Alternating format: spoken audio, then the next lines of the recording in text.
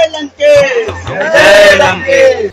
जिस देश में भगवान राम की सारी परंपराओं का पालन होता हो, जिस देश में सूर्यवंश की परंपराओं का सम्मान होता हो और जिस देश में अयोध्या में राम का आगमन उत्सव मनाया जाता हो, उस देश में रावण की पूजा हो, ये बात आश्चर्य से कम नहीं है।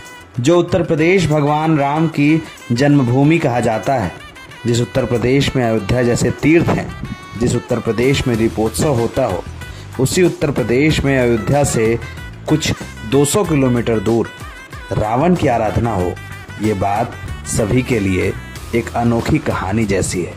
लेकिन ये कहानी सच्ची है और उत्तर प्रदेश के कानपुर में इसके संवाहक यहाँ के स्थानीय लोग भी बनते हैं।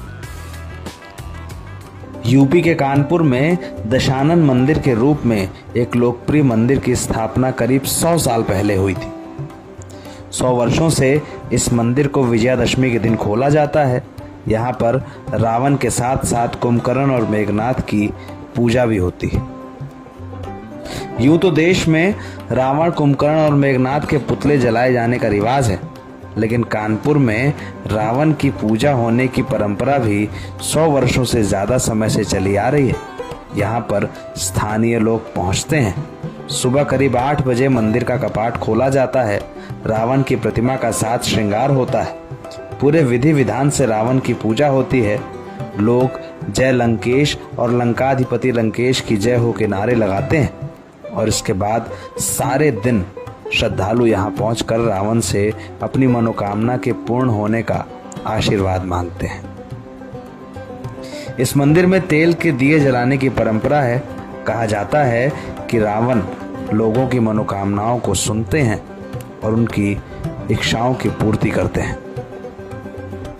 लेकिन ये सिर्फ हिंदुस्तान जैसे देश में संभव है, जो परंपराओं का देश है, मान्यताओं का देश और ऐसे विचारों का देश जहां पर शत्रु को भी ईश्वर के रूप में पूज दिया जाता है। यूं तो रावण को भारत की कहानियों में राक्षस राज की संज्ञा दी जाती है। रावण को एक ऐसे राक्षस के रूप में कहा जाता है जिसने माता सीता का हरण किया था। लेकिन कहानियों का एक दूसरा हिस्सा रावण के एक दूसरे रूप का है। रावण जिसे ज्योतिष का, तंत्र विद्या का, वेदों का और शास्त्रों का ज्ञाता कहा जाता था। वो रावण जो शिव का उपासक था। वो रावण जिसने अपने कुल का उद्धार किया। वो रावण जिसने पांडित्य के बल पर दुनिया में अपनी शक्ति का एहसास कराया। हर कहानी के 2 पात्र हैं, रावण के जीवन के भी।